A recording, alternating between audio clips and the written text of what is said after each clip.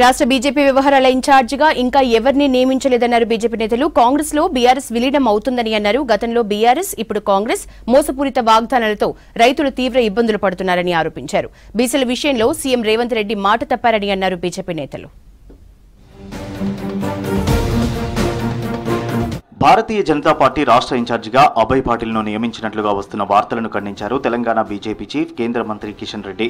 కొత్తగా రాష్ట్రానికి పార్టీ ఇన్ఛార్జిగా హైకమాండ్ ఎవరిని నియమించలేదన్నారు. రాష్ట్ర పార్టీ ఇన్ఛార్జిని కేంద్ర పార్టీ నియమిస్తుందన్నారు. పార్లమెంట్ ఎన్నికల సందర్భంగా తెలంగాణ రాష్ట్ర ఎన్నికల ఇన్ఛార్జిగా హైకమాండ్ అభయ్ పాటిల్ను నియమించిందన్నారు కిషన్ రెడ్డి. కాంగ్రెస్ పార్టీలో బీఆర్ఎస్ విలీనం అవుతుందన్నారు కేంద్ర మంత్రి బండి సంజయ్. దానిలో భాగంగానే బీఆర్ఎస్ ఎమ్మెల్యేలు కాంగ్రెస్ లో చేరారన్నారు. తాము అవినీతి, కుటుంబ పార్టీలకు వ్యతిరేకమన్నారు. బీఆర్ఎస్ పార్టీ మునిగిపోయిందని, ఇప్పుడు ఆ పార్టీ ఎందులో కలిసినా ఉపయోగం లేదన్నారు. విలీనంపై ప్రజలు ఏమనుకుంటున్నారో తెలుసుకోవడానికే బీజేపీలో బీఆర్ఎస్ విలీనమంటూ కాంగ్రెస్ నేతలు తప్పుడు ప్రచారం చేస్తున్నారన్నారు కేంద్ర మంత్రి. కాంగ్రెస్ పార్టీకి రైతుల మీద చిత్తశుద్ధి లేదు. వీళ్ళు వాళ్ళు కుమ్మకేరు. కేసీఆర్ ఏ పార్టీ నుంచి వచ్చింది చెప్పండి? కాంగ్రెస్ పార్టీ నుంచి వచ్చింది. మనకి ఆడికే పోతాడు, తిరిగి ఉడిపోతాడు. బీఆర్ఎస్ పార్టీని చేసుకోవాల్సిన అవసరం, అదే అవినీతి పార్టీ. మరి ఆ పార్టీని మేమెందుకు చేసుకుంటామన్నా? వాళ్ళు పోయేటోళ్ళని తెల్లబోతున్నారు. ప్లాన్ ప్రకారం కాంగ్రెస్ పార్టీ కొంతమంది ఎమ్మెల్యేలు మెల్లమెల్లంగా చేసుకొని గంపగుత్తగా హోల్సేల్గా లాస్ట్కి ఒకటిసారి చేసుకుంటారు. రైతుల రుణమాఫీపై రాష్ట్ర ప్రభుత్వం శ్వేతపత్రం విడుదల చేయాలన్నారు బండి సంజయ్. రైతులకు 70% రుణమాఫీ జరగలేదని ఆరోపించారు. బీఆర్ఎస్, కాంగ్రెస్ మోసపూరిత వాగ్దానాలతో అన్నదాతలు తీవ్ర ఇబ్బందులు పడుతున్నారని మండిపడ్డారు. సిరిసిల్లలోని శ్రీ మార్కండేయ దేవాలయంలో నిర్వహించిన శ్రీచండీ యాగంలో పాల్గొన్నారు సంజయ్.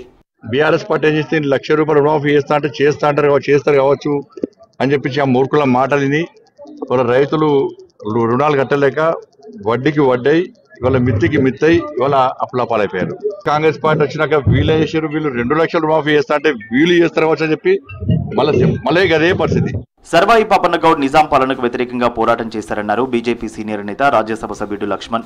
బీజేపీ కార్యాలయంలో సర్దార్ సర్వాయి పాపన్న గౌడ్ జయంతి వేడుకల్లో పాల్గొన్నారు నేతలు. బహుజనుల ఓట్లతో గెలిచిన రేవంత్ రెడ్డి బీసీల విషయంలో కామారెడ్డి డిక్లరేషన్ను మర్చిపోయినట్లున్నారని విమర్శించారు. సీఎం రేవంత్ రెడ్డి బహుజనుల ఆలోచనలకు అనుగుణంగా నడుచుకోవాలన్నారు లక్ష్మణ్. బహుజనుల యొక్క ఓట్లతో గెలిచి ముఖ్యమంత్రి రేవంత్ రెడ్డి గారు స్థానిక సంస్థల్లో 42% రిజర్వేషన్లు కల్పిస్తామని చెప్పి 8 మాసాలుగా వస్తుంది. దాన్ని ఊసెత్తకుండా బీసీలను దగా చేసి మోసం చేసి ఏరు దాటేదాకా ఓడమల్లే చందంగా, ఏరు దాటిన తర్వాత తెప్ప తగిలేస్తున్నట్టుగా రేవంత్ రెడ్డి గారి వ్యవహారం ఉంది. బంగ్లాదేశ్లో హిందువులపై దాడిని నిరసిస్తూ ర్యాలీ తీశారు గోషామహల్ ఎమ్మెల్యే రాజా సింగ్. బంగ్లాదేశ్లో హిందువులకు మోదీ ప్రభుత్వం అండగా ఉంటుందన్నారు. ర్యాలీలో బీజేపీ నేతలు, హిందూ సంఘాలు పాల్గొన్నాయి.